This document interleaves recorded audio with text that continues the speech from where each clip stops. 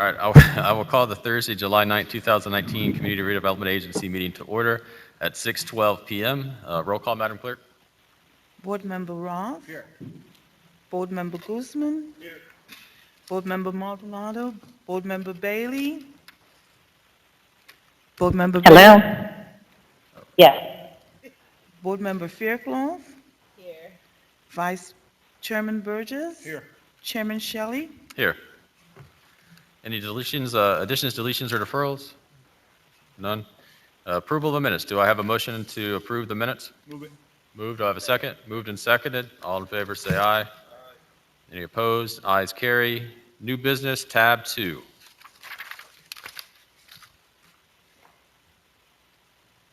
Yes, Mayor and Council. On February 9th, 2019, an RFQ number 201916 was issued in order to pre-qualify a selection of general contractors to be used to secure the services necessary to complete projects under the CRA's residential and commercial grant programs.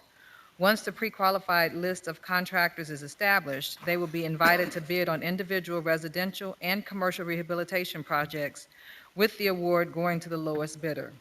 This new process will greatly reduce the time it takes to award a contract and complete the rehabilitation project. Staff recommends that the CRA Board authorize the City Manager to enter into continuing service agreements with the following top-ranked firms. Number 1, Cunano Builders Corporation. Number 2, Waypoint Contracting, Inc. Number 3, Rickman Group, LLC. And number 4, Delcons, Inc., for general contractor services for the CRA residential and commercial grant programs. During fiscal year 2019, the approved budgets for the residential rehabilitation program is $75,000, and for the commercial enhancement program, it's $150,000. Any questions from the board? No, seeing none. This is a public hearing. Open to the public hearing. Anybody like to make a comment on this item? Seeing none, I'll close the public hearing. A quick question, is this the first time we've done an RFQ like this, or is this something we've done before in this process? To my knowledge, it's the first time we've done this for the CRA. And if there are other contractors in the future that want to join in or be considered, is there a process, or will there be a need for another RFQ in the future? My understanding, it would be another RFQ in the future that we Okay. would go with these 4. Okay. Do I have a motion to approve this item? Do I have a second? Moved and seconded. All in favor say aye. Any opposed? Ayes carry. Tab 3. Yes, Mayor. The Opportunity Zone program was created through the Investing in Opportunity Act, which is part of the 2017 Tax Cuts and Jobs Act. The program was designed to revitalize and spur investment in economically distressed and undercapitalized communities through the use of private funds. Census data was used to designate certain areas in all 50 states and U.S. territories as opportunity zones. Homestead is one of the areas that received the designation, and its opportunity zone includes historic downtown and areas located along the Transitway and the US 1 corridor, providing for immense investment opportunity for immediate growth and expansion potential. A map of the area is attached as Exhibit 2. The program stimulates private participation by offering 3 tax benefits to any corporation or individual who invests unrealized capital gains into opportunity zones. These tax benefits include temporary deferral of taxes on previously earned capital gains, basis step-up of previously earned capital gains invested, and permanent exclusion of taxable income on new gains.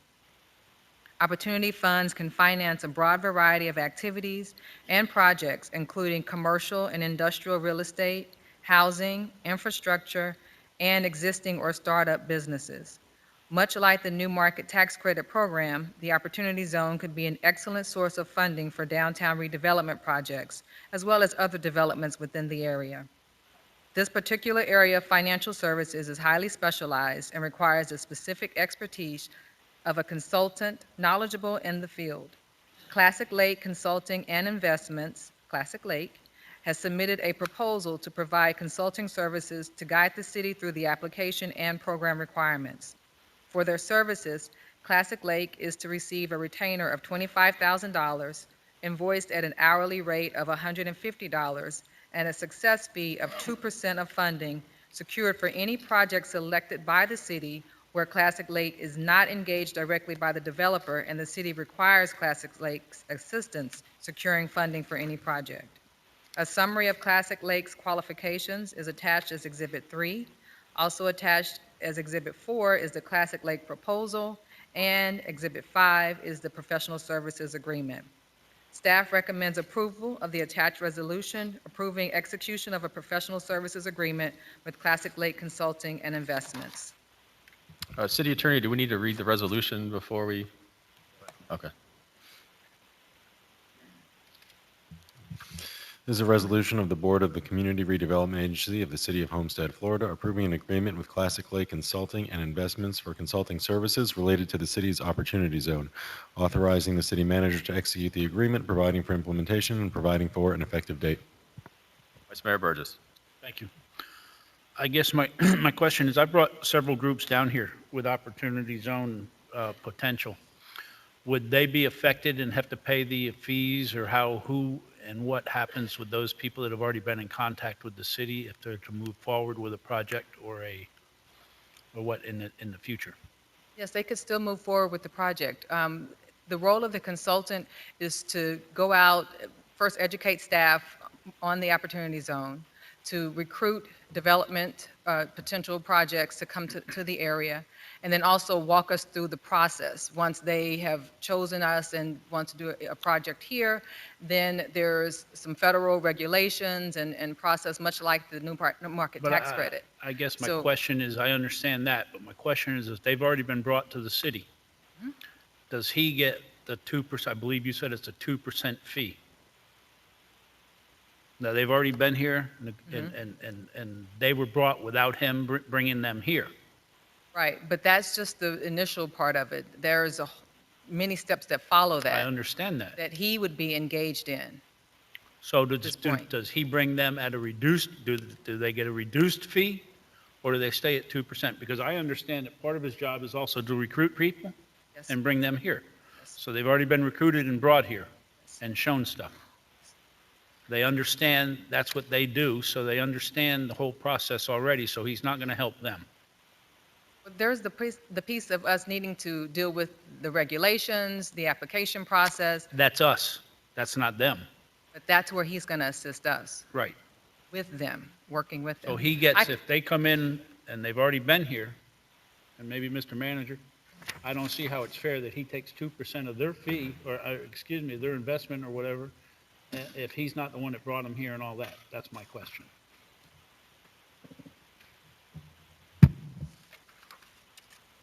Well, one thing we might be able to do is a carve-out language. Matt, I don't know if you wanted to do a carve-out language. I'd say the issue is going to be for him is, let's assume this group came in tomorrow and had this deal that everybody loved. He's still going to have a whole lot of work ahead of him. So I think to not have him charge anything is I'm unrealistic. not saying not to charge anything, because obviously he does have a job to do, or she, whoever it is. That I ends just up wouldn't doing know of work the through their 2%, how you would I'm just determine. wondering, is part of his 2% fee that they collect, is that for recruitment also? That's what I'm trying to see. What's the breakdown of the fees, of the fee schedule then? Yeah, I would say that recruitment is definitely part of it. However, what percentage of his time is spent on recruitment versus the rest of the work? I know on the new market tax credit process, recruitment, and Gemma is here, Gemma is there. Recruitment was a small piece of the work product, correct?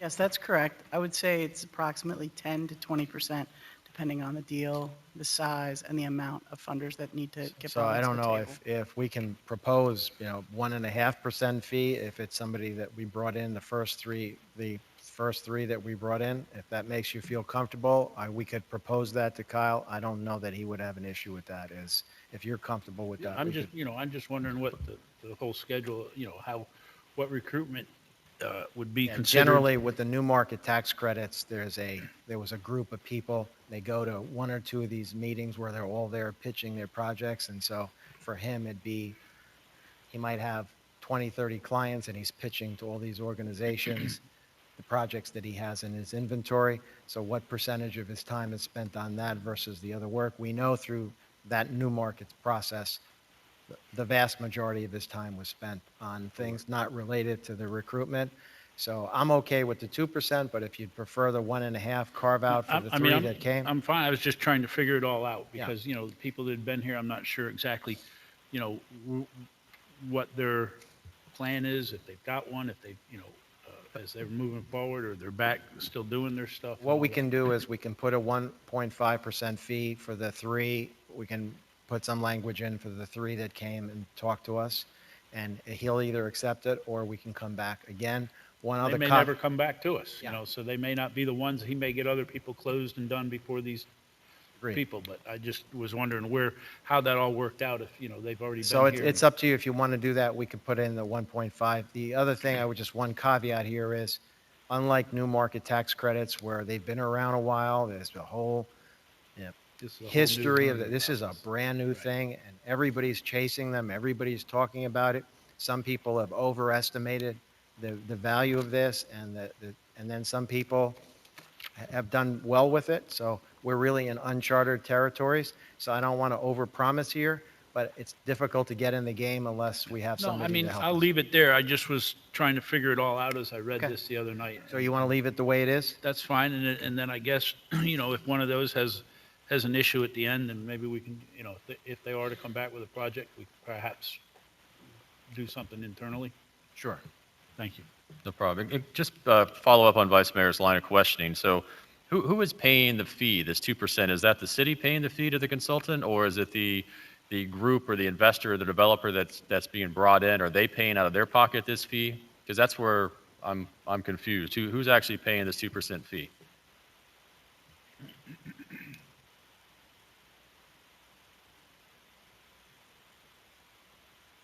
I'm sorry, Mr. Mayor. It comes out of what's actually awarded, the funding that's received. It comes out of that. So it's not paid from the city. It's paid from the funds that is received from the federal government. So it's not the developer out of their pocket, it's not out of the city's pocket, essentially it's that pot of money that the consultant in conjunction with the city and the developer has been able to secure, and then that money that gets awarded, the fee comes out of that, is that correct? Yes, Okay. Does that help clarify? that's Okay. correct, Although sir. 2% less will be out of somebody's pocket, and so how this whole thing is structured is very complicated. So my guess is it's going to be less money for somebody, and since we're not putting up any money, it's likely going to be the developer in some form or fashion, would be my guess. Not that they necessarily have to pay out money, but that there'll be less funds available, correct? Correct. It would reduce the amount of the credit. So let's say the credit's $1 million credit, it would be reduced by 2%. So technically, it would be, So that's real money, and it wouldn't be beneficiary. us, it would be them, so they may feel that there's some, it's something unjust, but if they look at it as a finder's fee, I think that's where they'll have the conflict, but the amount of work that it's going to take to consummate a deal like that, he's going to have earned his money, would be my guess. Right. Okay, and I guess my question, again, following up on Vice Merges' line of questioning is, with that being said, so a developer that has already been here, already discussed with us, maybe already has their own ability to navigate this process, are there requirements now that they have to utilize this particular consultant? So in the event that one of these developers has come through, they've already got their own consultant, their own advisor, they navigate that minefield, and they have someone that's doing all the work, then does this person have to then intercede? I mean, how is that structured? so opportunity zones exist and they don't require a government sponsor. So a developer could theoretically go to a piece of Right. private land, receive the tax credit for that piece of land, and the city's not involved except for normal regulatory permitting. It's only if they want to do a deal in conjunction with the city in the style of a P3 that the city would get involved. And then you do want someone on behalf of the city negotiating for the city's interests, protecting the city, making sure that during the compliance period, there's the right sort of accountability in place. And so it's for deals with the city, not independent deals. If you want to build a hotel on your own, no involvement with the city, you already have the land, and it's in the opportunity zone, good, use your own consultant.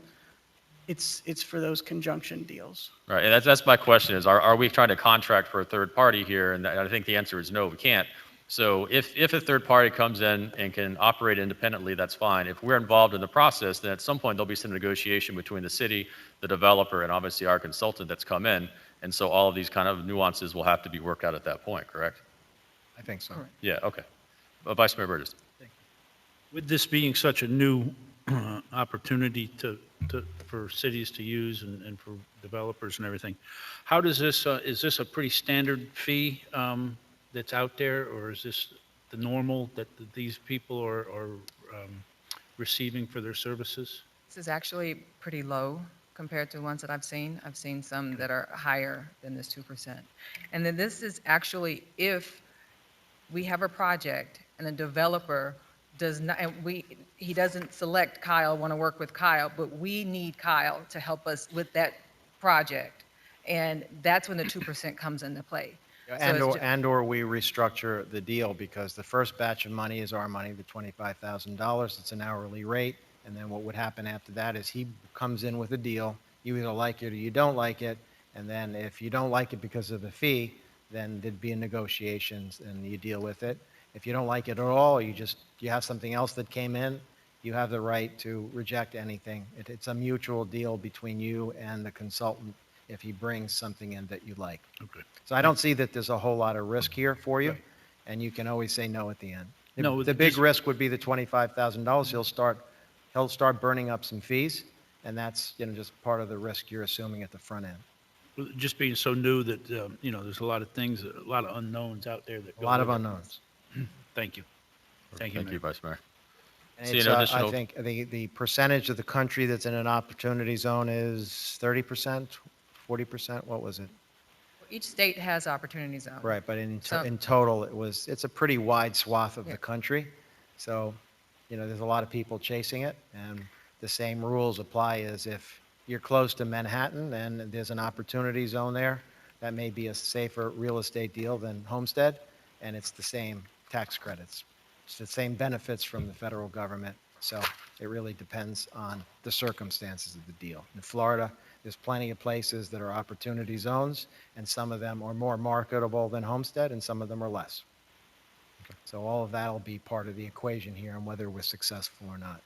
New markets was a little different, and so these are two different things, and we just didn't want to make sure everybody knew we're not really promising anything, because you can't win if you don't play.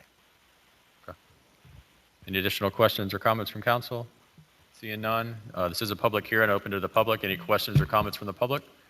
Seeing none, I'll close the public hearing. Do I have Councilman Roth? Thank you, Mayor. Just one question as far as compensation is basically a contingency fee. What happens when that contingency fee's up and there's been nothing produced by this entity? Do we enter into a different agreement to continue using them, or is it terminated and we move on to somebody different? Sorry, Councilman Roth, I couldn't hear you clearly. The fee that we're being charged is basically a contingency fee, and once that fee is used up and there hasn't, hopefully they do produce some results, but there aren't any results produced by this, is there something that continues on, or is this terminated and we move on to a different company? Well, the 25,000 is a retainer, so it's $150 an hour, so it's based up on services delivered. So it's services, not contingency. So it's services, and if those Services. services don't produce any real leads or opportunities for the city, once that has been used up, is there something that happens after that? I mean, if they haven't produced anything for the city, Go ahead. and they've exhausted the $25,000, $150 an hour, I'm not sure how many hours that is, but it's not a whole lot of hours. Go ahead. But what happens at the end? I'm sorry. The agreement has a cap of $25,000 for the value, excluding the 2% fee, which would come out of the pot of money From the if it federal were to be government, right. awarded. So in the event that $25,000 runs out, and we would come back, you'd have to come back for an additional authorization. And to at that continue point- to go further. And at that point, we'd have a better understanding of where we're at, because part of this whole thing is what is it that we have, what sites and what potential projects would there be that would be marketable projects. And what we need to do with the consultant is try to figure out how to make a project fit within this criteria and how all that works. So we'll know a lot more as we get closer to the 25,000, and we'll also know how well he's doing with the marketing. Right, and I read through this, but is there a time frame attached to this agreement? Um, They've got 6 months, a year, 2 years? There's no set end date. It's upon the completion of services, but the city has a 7-day out at its convenience. If things are not going well, we just terminate the services and they'll no longer be provided. Okay, so there's no term limit, and there's no um, uh, end game for once the dollars are used up, they'll have to come back to us for that. Correct. Just for the thought purposes, is there a timeline that you guys in the CRA have for them identifying these properties and ultimately bringing something to the city that is beneficial to us? We're hopeful that within the year, within next fiscal year, that we would have something. Okay, fair enough. Thank you, Mayor. Thank you. Councilman Maldonado. Thank you, Mayor. Just a question. We have received some of these new market tax credits. Yes. Okay. Is this company that we are discussing part of that? This is the same individual that helped us obtain the new market tax Okay, I credits. just wanted to make sure. Thank you. Thank you, Councilman. Do I have a motion to approve? Move it. Do I have a second? Moved and seconded. Roll call, Madam Clerk. Board Member Ross? Board Member Bailey? Board Member Guzman? Board Member Faircloth? Board Member Maldonado? Vice Chairman Burgess? Yes. Chairman Shelley? Yes. Motion carries. Tab 4. Yes, Mayor. The attached professional services agreement is for consulting services relating to economic development, new market tax credits, community redevelopment, and other related consulting services as requested. This contract cannot exceed $50,000 a year for the fiscal year 2020 and 2021. The City of Homestead CRA shall compensate consultant at a rate of $75 per hour. All working time shall be paid as invoiced. Staff recommends that Mayor and Council approve the attached resolution authorizing the city manager to enter into an agreement with Civic Consulting Group LLC for consulting services not to exceed $50,000 a year. This is a 2-year contract. So, Mayor, this is not to be confused with the first one. This is new market tax credits. We have the Cyberry that we're looking to reapply, because what happens each year in their cycle is you still, even though it's a project in progress, you still have an opportunity to pitch investors. And then what happens is the consultant does his work on his side, and then the city has to provide all kinds of information and analyses to the consultant in order to continue through that process. Gemma has helped us in the past, became our new markets expert while she was here in the city. And we had a contract with her that expired, and we're just asking for a renewal. In essence, it's a renewal, two-year contract. Okay, thank you. Any questions from council? Seeing none, this is a public hearing, open to the public. Any questions or comments from the public on this item? Seeing none, I'll close the public hearing. Vice Mayor Burgess. Thank you. Just because I did receive an email about Gemma being a former employee and all. Gemma, could you just go through and for whoever may listen or want to listen, what exactly does it take to get, and I mean, I saw you studying and I try to sit in meetings with you guys about these new market tax credits, and my head just gets flooded with thoughts and trying to keep up with everything. Could you just give a brief synopsis of what exactly it does take to get these type of people to come down here and all the paperwork and all that for people that might be listening? Thank you. It's working. Yes, sir. So new market tax credits, as the manager referenced earlier, there's big conferences every year where the investors go. And that's where consultants like Kyle Walton with Classic Lake go. He is a former funder from a bank. So he goes, he knows all the money people, and he'll say, this is a project that we have in Homestead, the Homestead Cyberry. This is the project budget. And different investors have different amounts of money available. So in our last project, Homestead Station, we ended up with 3 different investors. And one investor brought $1 million, one brought, I believe it was 10, and then one brought 4. So they bring their different pots of money, and you have to put them all together to get, ultimately, you want the maximum amount available. But once those investors are sort of on the line, to get them in the boat, they all have their own procedures, and that's really the sort of the bulk of the initial work. So for example, one of our investors for Homestead Station is MBS, which is a development group and from the Midwest, and they have a, I don't know, 75-page application that you have to complete, including pro formas, budgets, projections for, the operating for the first 5 years of the project. And those have to be created, and those aren't created by the consultant, in large part because the consultant is not familiar with the project. So he's sort of the salesman, and then you need someone to actually put together the package to be evaluated by the board of the investors, and then they vote. And then once the investors are at the table, the amount of the volume of paperwork is extensive, and every document has to be reviewed. Some of it's reviewed by attorneys, but some of it's simple and can be reviewed by someone who's familiar with the CRA project. So the city makes commitments, and they say, we promise to try to serve 5,000 low-income children a year. We promise to have 20,000 books, whatever it is. And so one of the things that gets done is as all those volumes of documents come in, they get reviewed, and we make sure that the city is committing to things that it can deliver. Because now that for Homestead Station, now that the project is in place, we have to deliver, and we have to, every quarter we do these reports, and they say, well, you said you were going to serve X amount of children. Have you served those children? So it's important at the front end to create measurable goals that they will accept, because the investors, want the most bang for their buck PR-wise, not just tax credit-wise. And so they have an expectation. And so it's sort of a match of matching their expectation with what we actually can deliver, and not over-promising and not over-committing the city, or not creating more work just for the purposes of the program. So I would say throughout the process, and it's a 12 to 18, 24-month process from soup to nuts, it's a mix of delivering upfront applications, packets, pro formas, and budgets for each investor. And on Homestead Station, we had 3. On Cyber, I anticipate we will have between 2 and 4. No one has usually a big pot that they'll put all in one project.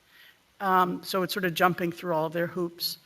And then they require a lot of contact, and there's a limit to what the consultant can say about the organization, about the project, about downtown, and sort of the metrics of the city, our population, our economic growth. And so they want a lot of hand-holding throughout the process. There's a comfort level that they have to have with the project. And so that sort of on the ground, boots on the ground knowledge of the project, of the downtown. And most importantly, the bulk of the fees in the new market world comes from, when she talked about the 10 million investment, the fees are coming from the credits from that investment. That has nothing to do with homestead taxpayers. It's not our money, it's investment that comes in. Most of the consultants, the bulk of the fees come from that, and that's why when you heard about $10 million here, and we end up netting $1.4 million, the amount of upfront fees that we paid, it was $50,000, $100,000, whatever it is. So the math for me works like this. If you put up $100,000 in fees and you get $1.4 million, anybody would do that deal any single day because it's free money. And so that's pretty much, we're trying to go back to the well and see if we can get more of that. Maybe we're successful, maybe we're not. But if we can get $1 million of free money with a small amount of money up front as the risk, so far it's paid off for us, and we have a very viable project that we know that many of them were interested the last round, and we're hoping there's still some interest out there, but of course there's no guarantees. To answer your question, Vice Mayor? Thank you. Perfect. Do I have Councilwoman Faircloth? Yes, I just wanted to add, I flew up to, was it New York? We went to New York, and I was a part of some of those meetings with Kyle and Gemma and the investors. And the amount of work that it takes to receive these new market tax credits is just incredible. And Kyle is very beneficial because he has the contacts and he has the street credibility. But you also need someone who really knows our community very intimately, and that's where Gemma comes in. You have to have a very specific skill set and knowledge base in order to be able to get these funds. And I think it's to our benefit to have Classic Lake with Gemma as a part of, so that we can continue to receive these new market tax credits. Thank you. Mayor, last thing is, the easiest thing for us as staff to do is nothing. Because if we do nothing, it's less work for us on this particular thing. If we go out there and expend a lot of energy, we as staff don't get paid any more for doing it.